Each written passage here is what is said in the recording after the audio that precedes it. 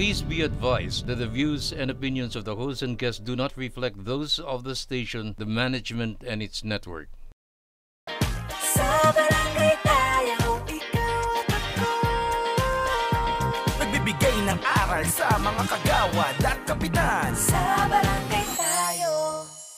Isang magandang araw po sa inyong lahat mga kabarangay. Ako po ang inyong lingkod, SK Mai Salazar. At welcome po sa isa na namang araw ng makabuluhang talakayan para sa ikagaganda ng serbisyong barangay. Kasama pa rin ang ating pambansang kagawad, Kags Butch Serrano. Maraming salamat, SK Mai. Isang karangalan ang makasama kayo, 42,047 barangays, upang mabigyan po namin sana kayo ng linaw ukol sa Local Government Code. Kasama po namin ang aming pinakabagong co-host, ang gwapong-gwapo, ang napakagaling, Kap Dondon Francisco. Salamat, Kags Butch. At isang mapagpalang araw din po sa inyong lahat, mga kasama kong public servants.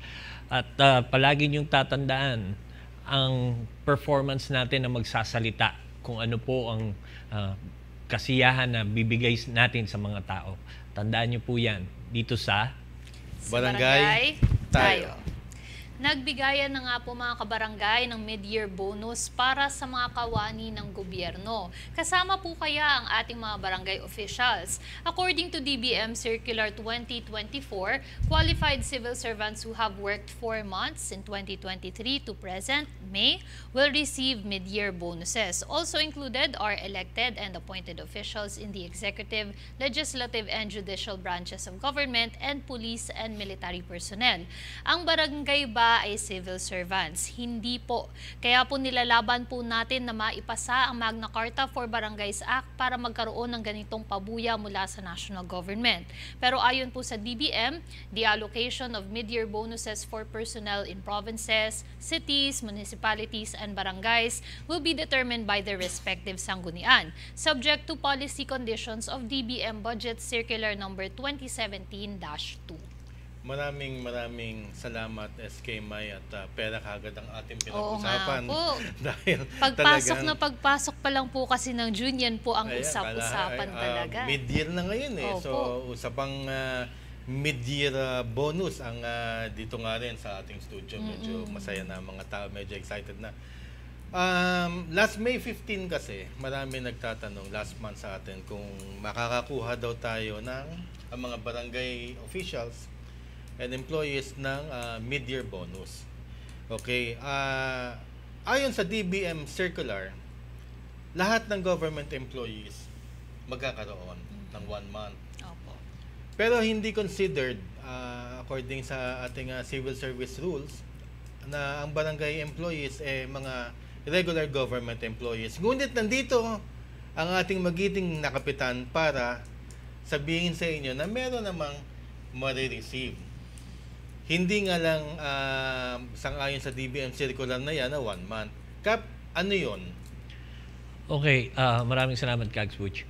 Una, ayon sa DBM, pwede tayong tumanggap o ang mga public servants ng barangay ng cash gift na naka-alat or nakatalaga sa inyong budget, pero pang Christmas po. Okay, 5,000 po yung max na pwede nyong ibigay as cash gift sa 7 kagawad, sa treasurer, sa SK, tapos kasama po rito ang secretary, tapos kapitan. And at the same time, pwede rin kayong magbigay ng bonuses, ika nga, dun sa inyong mga staff at basta kasama po ito sa inyong annual budget. At mayroong defense na resolution na pirmado ng lahat or karamihan ng inyong mga kagawad. Ito ay para kasi sa mga tao. Basta meron kayong ganon at nakalagay naman doon sa annual budget nyo, sa AIP nyo, pwede po kayo magbigay. Ayan. So, sa budget ng barangay, kinukuha po yan, Kap, no? Yes. Saan sa budget ng barangay nakalaan yan? Pwede po ito, katulad sa akin, pwede po sa discretionary fund ng kapitan. Pwede pong kunin to at ibigay sa mga tao. Pero kailangan pa rin na i-justify mo ba't kailangan. At meron kasi syempre na, halimbawa 1 month pa lang pumasok SK Mai, hindi pwede yung makatanggap. Kailangan may certain months na talagang nagbibigay siya ng serbisyo bago mo siya bigyan ng bonus. Diba? Kagaya ng binibigay ng mid-year bonus sa ating mga regular government employees, kailangan naka 4 months ka. Opo. Ng last year, 2023, so that was start siguro 4 months before 2024, and then up to now. So, half a year. Yes. Half a year nga, at least man lang lampas, o half a Yes. year ka. Yes. Na magkakaroon ka ng mid-year bonus. Pero iba kasi ang, syempre isipin ng mga barangay, iba yung sa regular government employees. Mid-year talaga yon na buo ang sweldo. Opo. Ito pong cash gift ay tuwing Christmas lamang po. Tuwing ito. Christmas sa barangay employees, at saka hindi siya buo. 5,000 lang talaga. Opo. Yes. Ang maximum. Ang itatanong Kap dyan, okay, si Nakagawad meron, si Kapitan meron, si Tres meron, mga tanod, paano naman daw? Yun nga. Again, pag nasa AIP nyo, pag nasa budget nyo, pwede nyo bigyan ng cash gift yung mga, pero hindi ganun kalaki. Depende kasi sa budget, Kags Butch,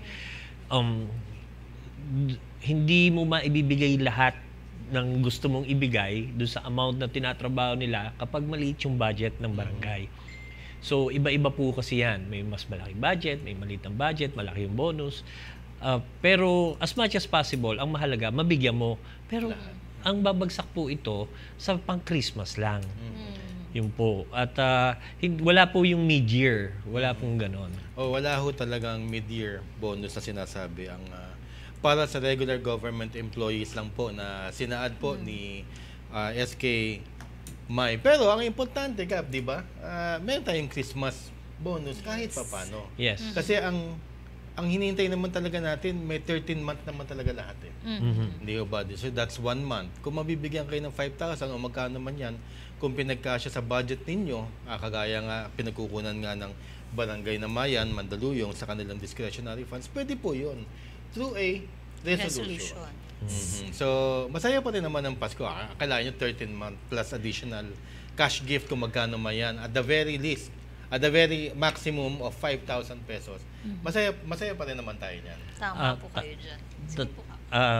Tama po, Kags Butch. Susugan ko na rin po yung sinasabi po yung dalawa na SK Mai sa Kags Butch, yung tungkol sa Magna Carta. Kasi ang laking bagay po nito kapag ito ay naging, alam niyo po ba yun, yung matutulungan po ang mga tanod, mga lupon, mga tawag dito, yung mga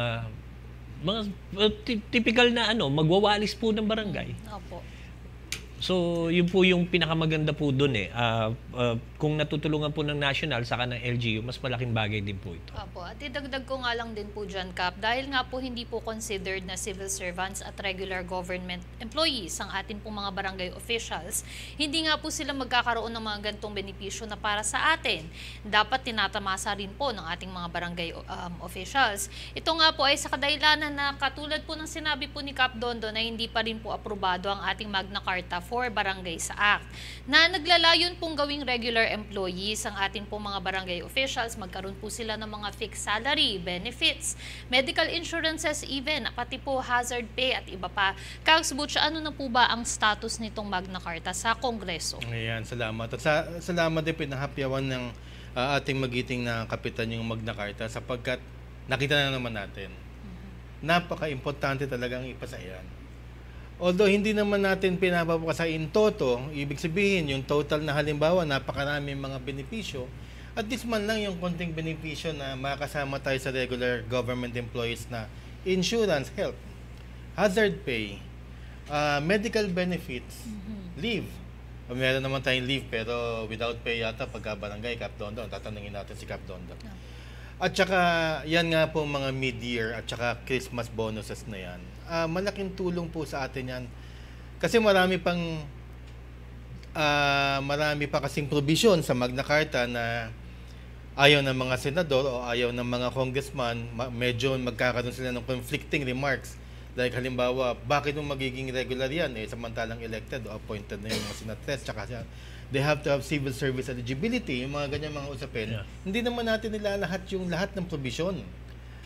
Pero yung benepisyo na kinakailangan ng ating mga barangay employees and officials, sana mapag-usapan na kahit patse-patse yung pagkapasa ng Magna Carta, malaking tulong na po sa atin, Cap Dondon, tsaka SK Mayano. Totoo po. Tama po kayo. 100%. Yes, kaya wag ho tayong magsasawang ipaglaban yan dahil dito na lang lugin-lugi tayo sa media. Pinaganda lang naman, pinasarap lang namin loob ninyo, no? Mga kabarangay. Cash gift yon. At nung kagawan nga ako, naalala ko, every year naman may cash gift from the President pa nga. Depende taon-taon. At saka depende rin sa kapitan yan. Minsan yung kapitan nag-aabot ng personal. Pero sa kagawad niya, hindi maabutan ng kapitan lahat ng empleyado kung ano naman Oo sila. na po. Pati yung pang-bonus niya, di naabot na rin, hindi pa rin naabot. So, ayan nga po, ang status ng Magna Carta ngayon, pinag-uusapan pa rin. Ay, hindi na napapag-usapan. Yun nga po sana ang sasabihin Yes. ko, Kags Butch, na sana man lang po ma-open po muli ang discussions about sa Magna Carta para mabigyan naman po ng pagkakataon na ilahad po ulit sa ating pong mga kongresista yung mga kinakailangan po ng ating mga barangay officials and employees. Well, iba na ang pinag-uusapan. Lately, yung pinag-uusapan yung 5-year term tsaka yung postponement of barangay elections, which is nakakaantig sa puso ng mga kabarangay natin. Masarap pag-usapan din. Pero politika yun eh. Ito, pagtulong ekonomiya para sa atin. Kasi kung walang ekonomiya, ang ating mga tanod, ang ating mga kagawad, ang ating mga kapitan, ang hirap magsilbi. Sapagkat bawat kilos mo ngayon, kinakailangan mo maglabas ng konti. Ayan ho ang reality sa public service sa Pilipinas. Hindi naman pwedeng nagkakasakit na tayo at nasagasaan tayo, nagtatraffic yung mga tanod. Mag-aambagan pa sila, mga tanod, o mag-aambagan ng mga kagawad. Si kapitan magbibigay ng para lang mapagamot yung tao. Dapat may nakalaan na talaga yan. It's high time. It's high time. Huwag na natin pag-usapan yung politika. Pag-usapan natin kung paano mapapaayos natin ang ating serbisyo ng barangay. Tama po kayo dyan, Kags. Maraming salamat po. Pero Kags at Cap, bilang hindi pa nga po napapasa ito pong Magna Carta at hindi pa nga po natin alam kung kailan po ba ma-open muli ang pag-uusap tungkol po dito, in the meantime, pwede po kayang gawing solusyon ng atin pong mga barangay na magbigay na lamang po ng allocation sa kanilang budget para po sa mga benepisyo na katulad na ganito? Yes. Pwede naman po. Tulad ko po sa barangay po na namin. For example, yun lang po ang kaya ko sabihin. Hindi ko po, depende po kasi sa bawat barangay yan. Kung, again, magkano budget na nakalaan sa kanila. Pero sa amin, average po yung aming sa Mandaluyong, aming budget. I see to it na meron pong, like for example, SSS. Dapat po meron po yung mga tanod ko na SSS. Tapos, pag may benefit sila, pag may sakit sila. Pag kailangan po nila ng panggamot, meron po akong discretionary funds na binibigay po sa mga tanod. Most especially do sa senior citizens na na-interview nyo po. Hindi ko po sila pwedeng pabayaan dahil sila po ay public servants. Mga unsung heroes ng barangay ho yan yung mga tanod sa atin So sila, day in, day out, night time, sila po yung tumutulong po sa mga constituents natin. So, definitely, meron po silang inaabangan coming from me. Pero, kasi again, ayoko pong makakowa. Ayoko pong ma-AOM o Audit Observation Memorandum ng COA. So, ang ginagawa po namin, talagang kasama po yun sa AIP. Kasama po yun sa aming may resolution po yun at suportado po ng buong council. Yun po. Okay po. Maraming salamat po, Cap. At least malinaw na po sa atin ngayon, Kags, na maaari naman po pala itong gawin ng ating mga barangay as long as meron pong resolution at kasama po sa AIP ito pong budget na ito. Opo. Tama po. Maraming salamat po, Cap. Ito naman po in other news, Cap, sinabi din po natin dito sa ating programa kamakailan na yung plano po ng clearing operation sa NCR ay naantala pero wala pong naibigay na rason. Kamusta na po kaya yung status po nito sa DILG at MMDA project na ito? Okay. Sa amin po, sa Mandaluyong, which medyo mataas ang, syempre, nakakahiya naman. Tiga Mandaluyong ang secretary ng DILG, tapos mga tiga Mandaluyong pa yung hindi sumusunod sa clearing. Ang kausap namin dito, yung director ng DILG na naka-assign sa Mandaluyong, na hinold muna pansamantala, pero ilo-launch din this coming month or next month. Kailangan po kasi talagang i-launch yun, hindi dahil sa ayaw lamang ng DILG o ng barangay o ng syudad na may nakaharang o may naka-obstruct sa kalye. It's because sunod-sunod po ang sunog, hindi ang dahilan, hindi makapasok yung mga bombero. Sa init ho ng panahon ngayon, ang bilis ho magkaroon ng sunog. Ang bilis ho mag-spark. So, kahit ano nga ho, yung halaman lang o tuyong dahon lang na tamaan lang ho ng nabatuhan lang ng upos ng sigarilyo, nag-aapoy kaagad eh. So, yun po. Kaya minabuti po, lalo na sa barangay ko, bonus na lang po yung gaganda yung kalye eh. Talagang nagpapasalamat ako. Pero, ang pinaka-main agenda po ay maging safe ang bawat isa. Lalo na ambulance. Kailangan pumasok po yung ambulance eh, para makuha kaagad yung may sakit eh. So kapag may nakaharang, may naka-obstruct, dun ho eh, baka ho, kami pa ho masisi. So mabuti naman ho, ang mga tiga Mandaluyong at barangay na Mayan ay sumusunod naman po doon sa ordinansa na pinasa po ng aming barangay. Gagawin ho yun, hindi lamang po sa Mandaluyong, pero sa buo. At ginagawa na po ngayon ng pangilan-ilan ng MMDA. Okay po, maraming salamat po, Kap. That's good to hear. Kasi nga, pansamantala or indefinite na sinabi ng ating USEC for Barangay Affairs na titigil muna o pinospone muna yung clearing operations. Pero kasi maraming konsiderasyon. Ewan ko lang kung tama ako kasi kayo ang nakaupong kapitan. Paano ninyo tinatalaga ang inyong clearing operations sa inyong lugar? Kasi ito ba'y may ordinansa ba? Kayong pinasa, ukol dito, yung inyong council? Ano-anong considerations dito? Among them, political na nga. Siyempre, nandun tayo, nakaupo tayo. At ano namang naging epekto nito ngayon sa pangkalahatang pagluwag ng inyong barangay? So, kasi may mga kapitan na natatakot, may mga mayor na natatakot. Kasi nga marami kang paalisin, pero mga alaga mong botante yon. Sa iyong pananaw, Kap, at naging successful sa inyo ang clearing operations, ano ang sikreto ninyo dito? Well, not real secret, pero anong iyong conviction tungkol dyan? Okay, salamat Kags Butch. Napakaganda po nung inyong tanong. Una po, kailangan well-informed yung mga tao kung ano yung gusto nyo mangyari. At hindi lamang po kayo yung gusto kong mangyari o gusto ng mga kagawad mangyari. Yung gusto nating mangyari as a whole. Kasi ini-empower natin ho ang ating mga tao eh. Also to help us govern the whole community. Pangalawa po, kailangan masubstantiate ng isang ordinansa ang inyong gagawin. Meron na pong existing ordinance. May Republic Act, merong mga yung local government ordinance. Pero syempre, yun ay general po eh. Meron po kasi sa bawat barangay, meron pong mga sakit ng bawat barangay. Merong iskinita, merong private pala ho yung iskinita. Kailangan malaman nyo po yun. So, meaning to say, gumawa kami ng ordinance na naka-attune dun sa kung ano po ang aming demographics. Yun po. So, pagkatapos nun, kailangan ma-revive, lang. Kasi bago ka gumawa ng ordinansa, may public hearing, may committee hearing, may dalawang public hearing yan, o ilang public hearing ginawa namin. Meron pa kaming barangay assembly. Inisa-isa pa namin yung lugar. Marami po prosesong pinagdaanan until maintindihan nila kung ano po ang motibo kung bakit natin kailangan gawin yung pag-clear. Yun po. Tapos, Kags Butch, sa 10 o sabihin na lang natin, sa isang magagalit sa inyo, kasi meron po magagalit, Kags Butch, hindi ho may iwasan yan, SK Mike.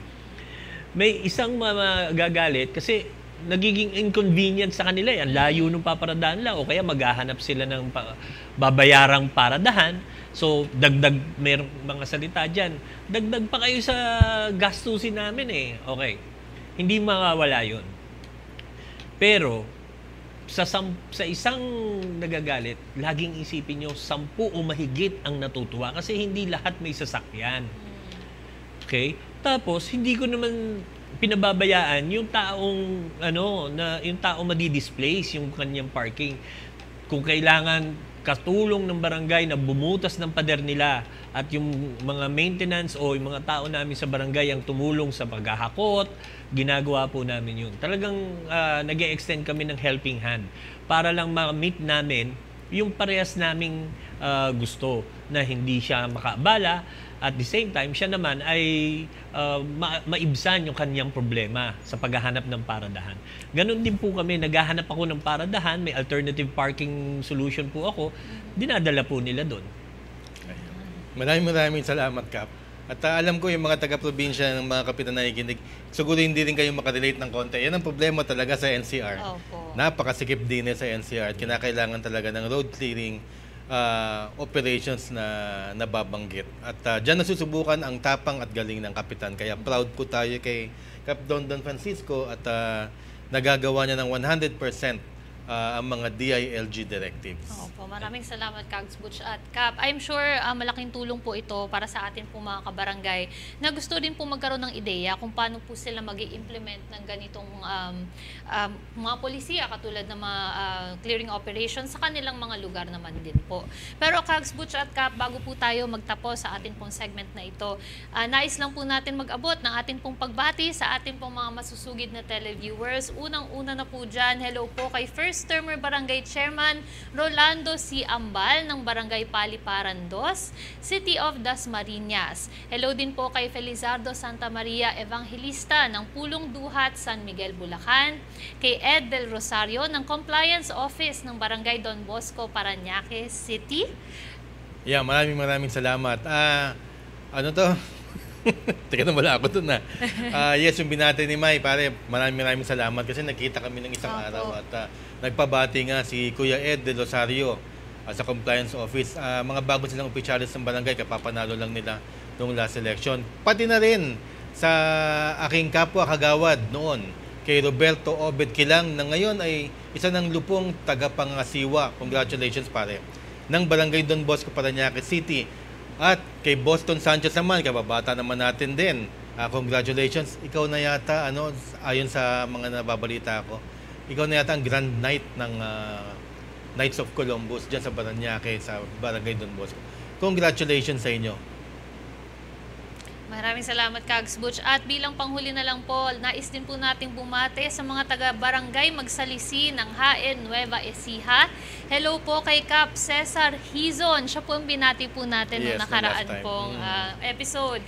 At kay Kagawad Jonathan Mangulabnan, Kagawad Sherwin De La Cruz, Kagawad Jomer Dalaywan, Kagawad Jeffrey Macaso, kay Kagawad Emelita Madlang Bayan. Hello din po kay Kagawad Narciso Matias, Kagawad Josie Jimenez, kay Tres Larry Casino, Secretary Nardi Alvaro at Barangay Chief Leonardo Hizon. Ayan, maraming salamat. Kung mapapansin niyo maingay sa background, ang lakas po ng ulan din sa Makati studio kumukulog-kulog po.